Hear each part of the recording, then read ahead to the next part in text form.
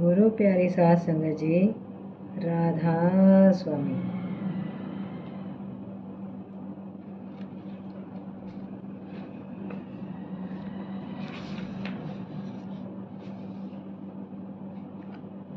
सन 1857 में बाबा जी की पलटन दिल्ली में रही। फिर वहाँ से पेशावर होकर अम्बाला आई और 1859 में झांसी चली गई। 3 साल पलटन झांसी में रही। बाबा जी को जब भी छुट्टी मिलती, आप स्वामी जी महाराज के दर्शन व सत्संग के लिए आगरा जरूर आते। 1862 में आपकी पलटन दोबारा आगरा आ गई, परंतु कुछ ही महीनों बाद नवंबर 1863 में पेशावर चली गई। 1868 में पलटन रावलपिंडी आई। 1869 में आपको एक साधु भाई सर्वदयाल सिंह जी मिले। वह अभ्यासी साधु थे जो प्राणायाम करते थे तथा श्री गुरु ग्रंथ साहिब में से पाठ और प्रवचन करते थे। बाबा जी से मिलकर वह बहुत प्रभावित हुए और आपसे परमार्थ की चर्चा की। बाबा जी से गुरु साहिबान की शिक्षा का असली अर्थ तथा 5 शब्द के मार्ग के विषय में सुनकर उन्होंने नाम मांगा। हालांकि स्वामी जी महाराज फरमा चुके थे कि जिसे नाम का अधिकारी देखो उसे नाम दे दो, परंतु बाबा जी उन्हें अपने सतगुरु की सेवा में भेजते रहे। सर्वदयाल जी आगरा गए और स्वामी जी महाराज से नामदान प्राप्त किया।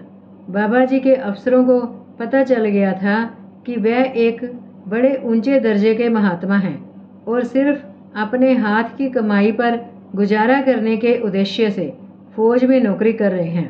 वे आपका बहुत आदर करते थे। 20 अक्टूबर 1870 को बाबा जी की पलटन मियाँ मीर लाहौर की छावनी में आ गई और वहाँ 3 साल रही।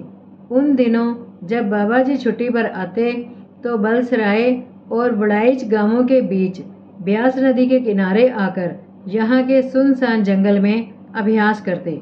आप ब्यास स्टेशन से निहाल सिंह तंदूर वाले के यहाँ से रोटियां खरीद कर लाते और उन्हें कपड़े में बांधकर 15-15 दिन तक पेट से लटका कर रख छोड़ते। जब भजन से उठते तो रोटियां पानी में भिगोकर खा लेते। सन 1873 में आपकी पलटन फिर से झांसी आई और 5 साल वहीं रही। झांसी से आप हर छुट्टी में आगरा आते थे। ऐसी ही एक छुट्टी के समय का ये वृतांत है। एक बार स्वामी जी महाराज ने 2-3 दिन के लिए अपनी कोठरी में एकांत में बैठकर भजन करने का निश्चय किया। आपने हुक्म दिया कि जब तक मैं खुद दरवाज़ा ना खोलूं, तब तक कोई भी मेरे पास ना आए। आपने द्वार अंदर से बंद कर लिए और भजन में बैठ गए। दूसरे दिन बाबा जयमल सिंह जी 3 दिन की छुट्टी पर दर्शन के लिए आगरा पहुंचे। उनका नियम था कि जब भी आगरा आते तो दर्शन किए बिना कुछ खाते पीते ना थे। पन्नी गली पहुंचने पर सेवादारों से स्वामी जी महाराज के हुक्म का पता चला। बाबा जी बगैर कुछ कहे और बिना खाए पिए 2 दिन बैठे रहे। तीसरे दिन कुछ सत्संगियों ने बाबा जी से कहा कि आओ सीढ़ी लगाकर रोशनदान से उतर कर दर्शन कर लो।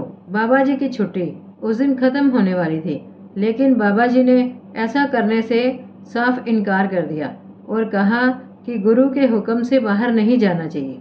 3 दिन के बाद स्वामी जी महाराज कोठड़ी से बाहर आए और बाबा जयमल सिंह जी की गुरुमुखता तथा गुरु भक्ति से प्रसन्न होकर उन्हें हृदय से लगा लिया।